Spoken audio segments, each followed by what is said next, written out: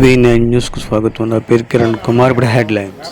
ఈ నెల 20న సింహాద్రప్పన్న చందనోత్సవం సందర్భంగా గంటా శ్రీనివాస చందనోత్సవ ఏర్పాట్లు పరిశీలించిన భీమిలి ఎమ్మెల్యే.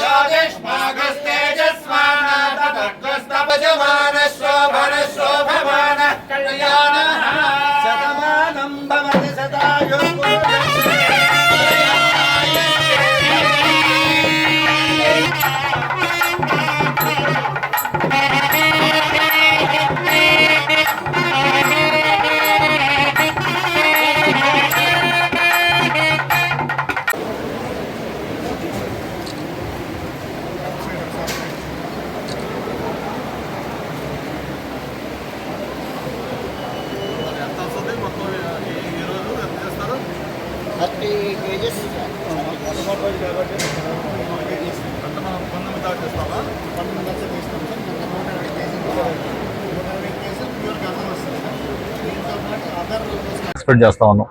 ప్రత్యేకించి ఈ ఫ్రీ బస్సు వేసిన తర్వాత లేడీస్ అయితే పెద్ద సంఖ్యలో పెరిగారు భక్తులు. కాబట్టి వాళ్ళందరూ రావాలంటే మనకి ఆ కంటింజెన్సీ ప్లాన్ కూడా చాలా అవసరం. ఇక్కడ ఎప్పుడు మనం ఒక 10,000, 15,000, 20,000కు మనకి రెగ్యులర్ ఇన్ఫ్రాస్ట్రక్చర్ ఉంది. ఆ 2 రోజులకి మనం ఎక్స్ట్రా ప్రికాషన్స్ తీసుకోవాలి. దాని మీద ఎక్సర్సైజ్ చేయాలి. దాని మీద గ్రౌండ్ లెవెల్లో కూడా అన్ని కూడా చూసుకొని ఆ మెటిక్యులస్గా ఈఓ గారి ఆధ్వర్యంలో ఆ సిబ్బంది మొత్తం అంతా కూడా ప్లాన్ చేసుకుంటున్నారు.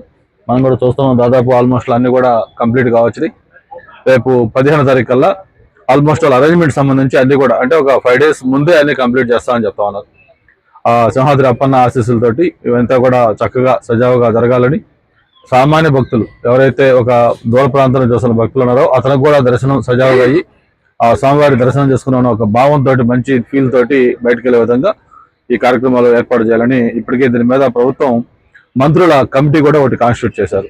Home minister, revenue minister, endowment మినిస్టర్తో పాటు జిల్లా ఇన్ఛార్జ్ మినిస్టర్ అలాగ ఉంటారు. అందరూ ఆధ్వర్యంలో నాట్ ఓన్లీ సింహాచలం, ఆ రాష్ట్రంలో జరిగే అన్ని ఇటువంటి ఫెస్టివల్స్ సంబంధించి శివరాత్రికి కానీ లేకపోతే మిగతా పండుగలకు ఉగాదులకు అన్నిటికీ అయితే ఈ క్రౌడ్ ఎక్కువగా ఉంటారో ఆ టైంలో ఆ మంత్రుల కమిటీ కూడా దీన్ని పర్యవేక్షించాలని ఒక సీరియస్నెస్ ఉండటం కోసం.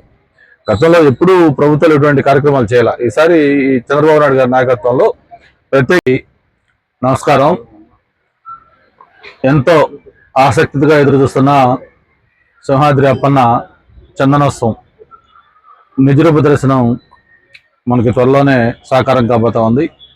ఈ నెల 20వ తారీఖున లక్షలాది మంది భక్తుల సమక్షంలో ఆ కార్యక్రమాన్ని దిగ్విజయంగా పూర్తి చేయాలని ఇప్పటికే దీని మీద పలు దఫాలుగా అనేక రకాల సమీక్షలు కూడా చేయడం జరిగింది. గతంలో ఇన్ఛార్జ్ మినిస్టర్ గారి ఆధ్వర్యంలో జిల్లా కలెక్టర్ గారి సమక్షంలో దీని మీద ఒక ప్రిలిమినరీ రివ్యూ జరగడం, దాంట్లో కూడా యాక్చువల్ నేను ఆ రోజు అవుట్ ఆఫ్ స్టేషన్ అయితే జూమ్ కాల్ ద్వారా కూడా పాల్గొనడం జరిగింది. ముఖ్యంగా ఏంటంటే మనకి లాస్ట్ ఇయర్ చందనోత్సవం ఒక అనుకోని దురదృష్టకరమైన సంఘటన జరగడం, కొంతమంది భక్తులు అక్కడ చనిపోవడం కూడా జరిగింది. మరి దాన్ని దృష్టిలో పెట్టుకొని ప్రత్యేకించి ఈసారి జరిగే చందనోత్సవంలో ఎలాంటి అపరిస్థితులు లేకుండా అంతా కూడా సజావుగా జరిగేటట్టుగా ఉండటం కోసం అన్ని రకాల చర్యలు తీసుకోవాలన్నది ప్రభుత్వం యొక్క ఆలోచన. అయితే మనకి లక్కీగా ఏంటంటే పోయినసారి చందనోత్సవం అప్పుడు ఒక ఈఓ గారు ఇన్ఛార్జిగా ఉండటం, వాళ్ళు కూడా 2-3 దఫాలు మారటం, వచ్చిన టయానికి రెగ్యులర్గా ఉండాల్సిన ఈఓలు కూడా లేకుండా సెలవులు వెళ్ళిపోవటం, మొత్తం కొంచెం జిగ్జాగా గజిబిజి అయిపోయి కొంత చిన్న ఇది జరిగినాయి. అయితే అదృష్టంగా ఈసారి మనకి ఒక అనుభవం ఉన్న ఒక సీనియర్ ఆఫీసర్గా ఉన్న ఆయన ఈవోగా ఫుల్ టైం వచ్చారు. వచ్చి ఆయన ఛార్జ్ తీసుకోవడమే కాదు, వచ్చిన దగ్గర నుంచి కూడా ఏదైతే ఈ చందనోత్సవం కార్యక్రమం ఉందో దీన్ని ఒక ప్రతిష్టాకరంగా తీసుకొని, ఎందుకంటే మనకి మిగతా తిరుమల లాగో లేకపోతే మిగతా టెంపుల్స్ లాగో రెగ్యులర్గా కూడా ఇటువంటి మనకి ఇంత క్రౌడ్ వచ్చే ఉండదు.